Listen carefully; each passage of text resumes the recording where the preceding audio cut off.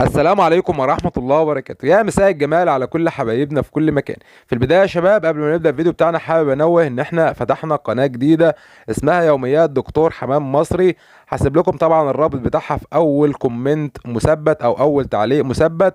هنكتب اول 50 مشترك معانا زي ما انتم شايفين كده اسامي المتابعين كلها. هنعمل لكم الفترة اللي جاية حاجات تفرحكم جدا ان شاء الله تعالى. كتبنا طبعا مبدئيا كده الحاج سعيد والشيخ مصطفى، وكتبنا اخوكم عمار احمد، دكتوره مروه الشافعي، قناه طيور الريف المصري، قناه اختكم اميات، كتبنا اخوكم الحاج احمد الشافعي، كتبنا الاستاذه مروه، كتبنا اختكم صديقه. هنكتب طبعا المحافظه جنب الكلام عندنا، وكتبنا طبعا اختكم مريومه صاحبه قناه طيور الريف البيت المصري، وكتبنا اخوكم حسن توفيق ابن سينا. هنعمل حاجات جميله ان شاء الله تعالى تفرح كل المتابعين. يلا بينا يا شباب نكلف للحمام ده، وهقول لكم على مفاجأة، وهوريكم مفاجأة حلوة جدا جدا. طبعا ناس كتير المتابعين القدامى كانت عارفة احنا بنعمل ايه، فهوريكم مفاجأة النهاردة. يلا بس بدنا ندخل المكان عندنا ونسمي بسم الله. دايما يا شباب لما ندخل مكان عندك سمي بسم الله الرحمن الرحيم، ربنا يكرمك ان شاء الله تعالى. دايما في حياتك تسمي بسم الله. طبعا الحمامتين دول اتفرج عليهم برضو كنا مسمينهم برضو على اسامي المتابعين. الذكر الجميل طبعا اللي رايد على الحصى ده طبعا كنا مسمينه على اسم اخوكم عمار احمد، وكنا مسمين النتايه اللي معاه دي كنا مسمينها اختكم على اسم اختكم ام شروق. طبعا موجودين معانا هم في الغيه. هنكتب الحمام كله، هنكتبه على اسامي المتابعين ان شاء الله تعالى.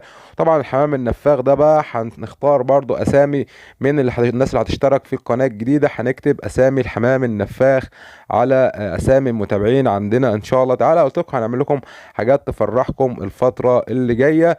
كنا مسمين برضو الحمام الهزاز الهندي، الحمام الهزاز الجميل ده كنا مسمين النتايه الجميله ديت كنا مسمينها على اختكم الاستاذه مروه، وكنا مسمين الذكر الجميل ده على اخوكم الفقيد اللي رب اخوكم ابراهيم اخو اختكم ام اياد. فطبعا الحمام موجود عندنا اهوت. وهنكتب برضو على الحمام ده، هنكتب برضو على كل الحمام اللي عندنا، هنكتب عليه اسامي المتابعين عندنا.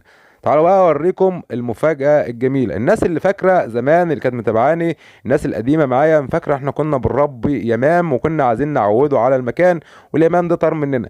جبنا عش يمام تاني جديد اهو ان شاء الله، ولكن مش هنعوده على المكان بقى، خلاص بقى غلطة بتعلم البعد منها. لان اليمام طائر غير مستأنس، مستحيل ان انت تعود اليمام ده على المكان.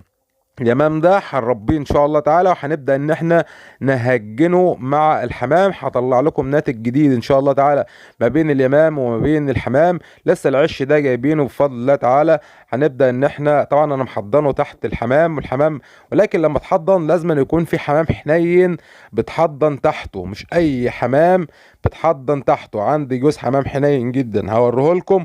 طبعا كنا محضنين برضو تحته اليمام الاولاني. الناس برضو قلت لكم الناس القديمه معايا عارفه ان الجوز ده كنا بنحضن تحته يمام. اي حمام بحضنه، اي بيض بحضنه لازما يكون حمام حنين ان انت بتحضن تحته.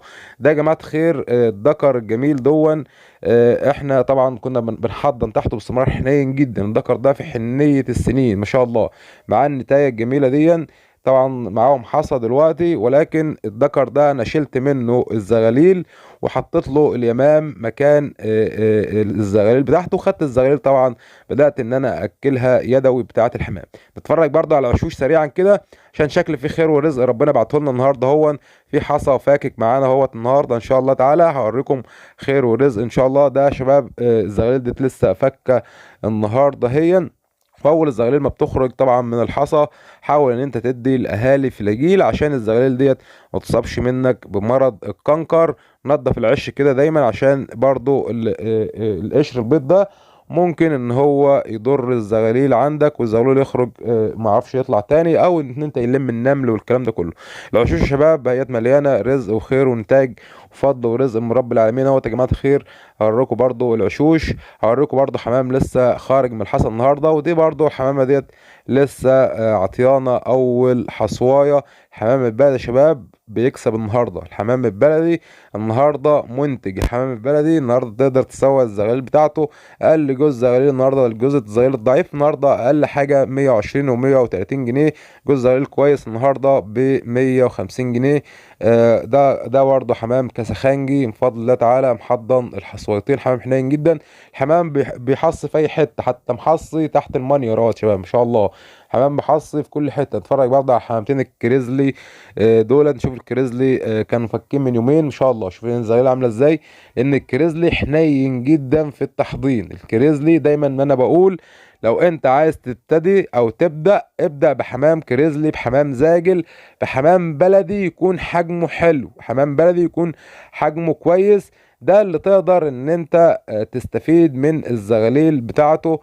طبعا الكريزلي منتج، وكمان بيجيب زغاليل كبيرة، وكمان حنين في التأكيد. تحضن تحته، لو حضنت تحته مراسلة، يعني المراسلة ديت من أصعب أنواع الحمام اللي أنت بتحضنها، فلو حضنت تحته مراسلة برضه بيقومهم بفضل الله تعالى.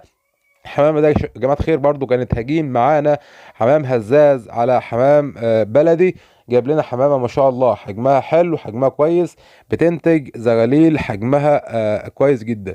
برضو بقية العشوش اهي ما شاء الله كلها طبعا يا حصى يا زغاليل. مفيش جوز حمام المفروض يكون عندك انت بتربيه مفيش تحته حصى او تحته زغاليل. لازم الحمام عندك بالكامل يا يكون تحته حصى يا تحته زغاليل، لان دلوقتي وقت الانتاج، يعني احنا هتقول احنا خرجنا من موسم الانتاج، لا طول السنه في انتاج، ولكن انت اشتغل صح عشان ربنا يرزقك ويكرمك في الحمامتين بتوعك. اخر حاجه معانا بقى في الفيديو يا جماعه الخير، بالنسبه لاخواتي واخواتي اللي هم هيدخلهم يقولوا اكتب اسمي معاك عندك على الغيه، ان شاء الله تعالى هكتب اسامي كل المتابعين. لو في 1000 متابع هكتب اسامي كل المتابعين، ولكن مبدئيا بس هنكتب 50 اسم.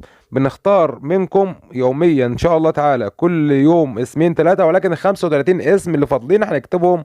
اول 50 مشترك هيشتركوا في القناة الجديدة هنكتب اسمهم على طول بالشكل اللي انتم شايفينه قدام حضراتكم دون.